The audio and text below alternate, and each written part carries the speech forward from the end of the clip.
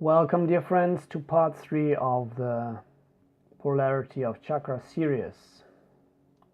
I offer my obeisances time and again unto my spiritual master, Shri Gaurachandra Srimati Radhika, her associates, and her divine abode, Shri Vrindavan, and unto Shri Krishna, his associates, and the devotees of his devotees. May they bless us with most profound understanding of love for the benefit of all. So we've been discussing the principle of lacking, the principle of abundance, the general location of the chakras, and some issues of relationships. Now let us look at the polarization of chakras. So since many years there is a lot of meditations which is supposed to activate the energy of the chakras, but really activated and deeply consciously changed the chakras become only if their polarity has been recognized as well, because only then a real flow of energy, a conscious flow of energy is possible, which will actually affect the feeling of life. And so the chakras are breathing in and breathing out, and there is a change from bottom to top, always changing. And it's actually essentially vital to recognize that the polarization in men and women is opposite, always opposite.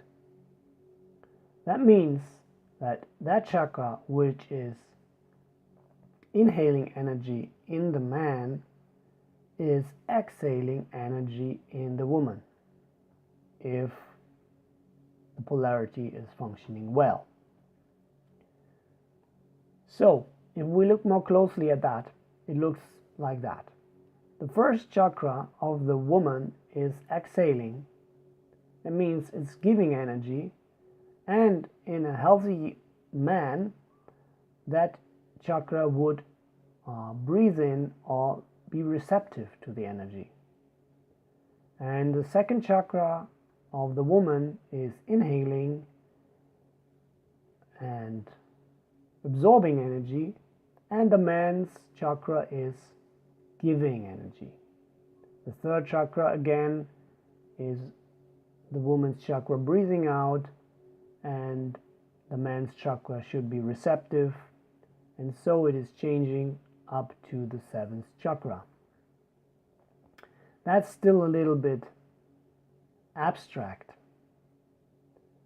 but it will become clear if we become conscious which soulful activities or effects and after effects this has for the exchange between individuals.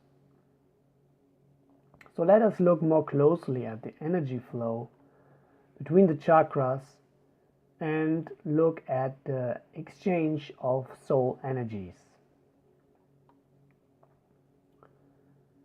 So there is an energy exchange between men and women. So the basic mood, soul mood and quality of the first chakra is that of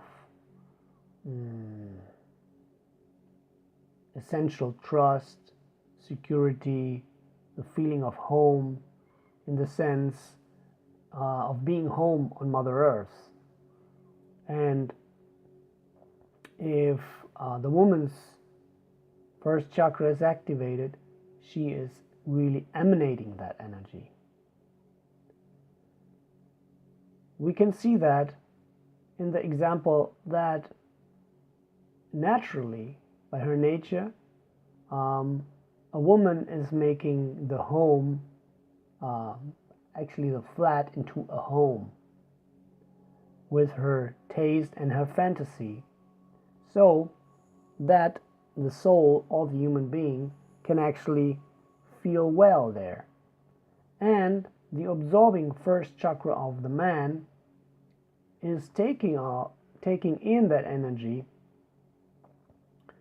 and feels supported by his woman in this sense. And if he is consciously and thankfully receiving this present of his wife, the energy is rising up in him to his second chakra, which can be termed the chakra of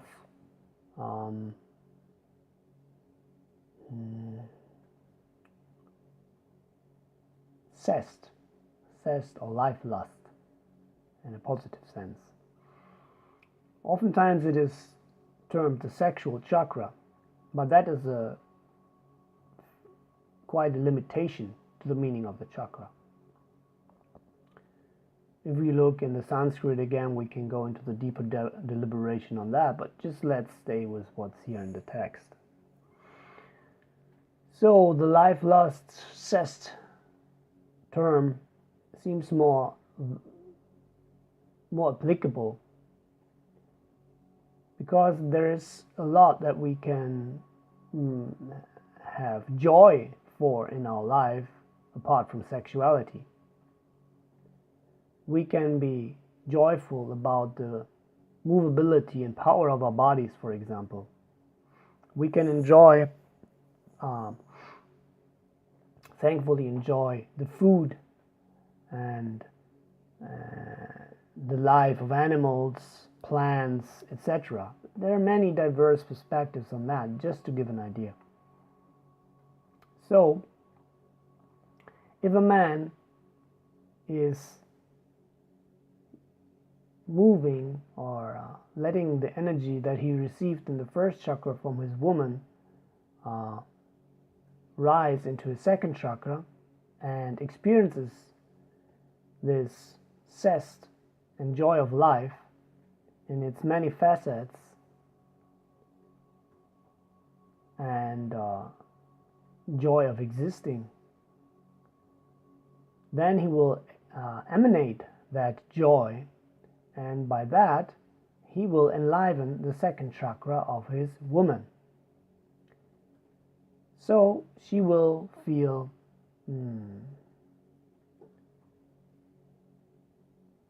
animated and enlivened in this domain. Now, if in the second chakra the energy flow is inverted,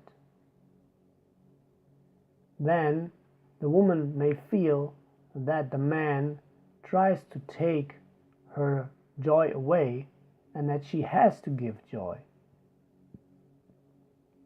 It is very clear that in the long run this cannot work out. So oftentimes it will be then that the sexual exchange between the partners will suffer from that. Because when the woman in her second chakra is supposed to give energy where she should actually be nourished, and the man is taking that energy instead of giving, it cannot be different than that the second chakra of the woman will actually starve, and the woman will feel sucked out, listless, zestless, etc. And the man will be irritable and may act in a hurting way. But it may also, that is just one perspective, which is not the other perspective may be, of course, that the woman is not receptive, the man is trying to give, and there will be another scenario which is not described here, and just for completeness I'm just mentioning it, and you can deliberate on that for yourself. So when the polarity is correct, So the man will enliven the second chakra of his woman, and she will also feel the joy of life, and she will take that energy and let it rise to her third chakra, and that will again breathe it out towards him. But that we will discuss in the next video, and I'm looking forward to meet you there. Thanks for watching, thanks for your participation, your comments, your shares, your likes. See you in part number 3 or 4.